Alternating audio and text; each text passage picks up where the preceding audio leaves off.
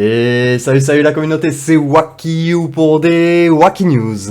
Alors du coup aujourd'hui on se retrouve pour une partie de l'île mystérieuse supplémentaire que nous allons retrouver juste ici qui sera disponible dès demain en même temps que la saison des champions. De toute façon c'est souvent comme ça que ça se passe tout simplement. En général sur un reset de saison on arrive tout simplement sur une nouvelle partie de cartes.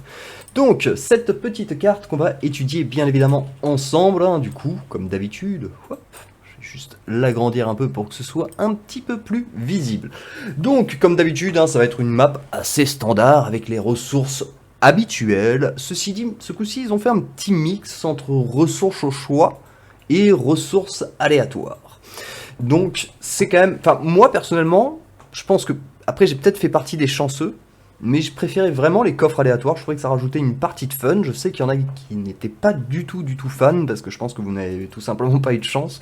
Moi c'est vrai que bon, j'ai trouvé un cadeau du Dominion Orange, j'ai trouvé 15 000 pierres de skin et ainsi de suite dans mes petits coffres, donc j'ai quand même trouvé que c'était quand même très rentable. Donc là pour le coup ils ont enlevé les coffres verts et violets, ils ont laissé que des oranges et des rouges, donc les coffres les plus rares. Mais bon, ils sont tellement en sous-nombre pour le coup que je sais pas si ça va être très intéressant d'aller les farmer. Donc personnellement moi je vais prendre en tout cas ceux qui seront sur ma route. Donc l'aventure débutera juste ici Donc vous avez plusieurs routes tout simplement. Donc pour la route de droite ça vous emmènera tout simplement vers les 15 000 pierres de skin, plus les récompenses bien évidemment qu'il y a sur la route, étant donné qu'ici vous avez en plus 3 motifs, plus un motif d'attaque physique. Ensuite, si vous voulez aller chercher les 100 coffres d'artefacts, il faudra refaire le tour par ici, mais je pense pas forcément que ce soit ultra rentable, à voir un petit peu après selon les clés qu'on a et ainsi de suite, selon vos stocks tout simplement. Moi, comme on peut le voir, je commence à être un peu léger en stock, j'imagine que Miss Galaxy va s'arracher les cheveux en entendant ça, mais donc je ne sais pas encore exactement comment je vais optimiser mon île. Ensuite sur la route du haut on va trouver un cadeau du Dominion violet, qui est plus ou moins devenu la ressource phare des nouvelles maps. On est passé d'un cadeau du Dominion orange à violet, c'est quand même un peu violent, mais bon, on commence à s'y habituer, j'ai envie de dire. Mais justement, moi, c'est pour ça aussi que je préférais les coffres aléatoires, parce que comme je vous l'ai dit, personnellement, ici on pouvait récupérer, je sais pas, par exemple, si on prend une route comme ça, on pouvait se récupérer une bonne 20, voire 30 coffres.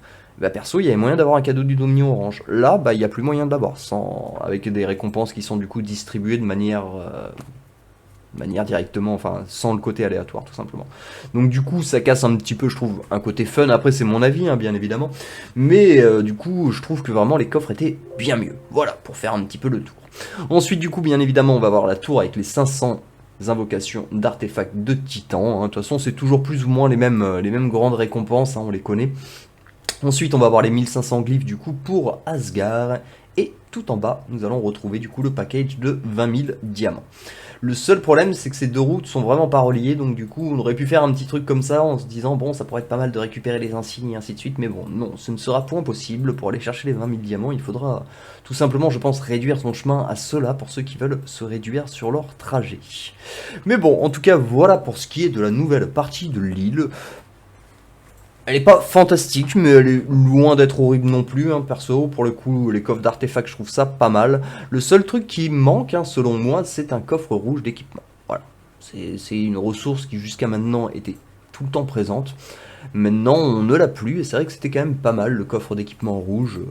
Après, encore une fois, c'est mon avis, ça se défend, et je le comprends bien.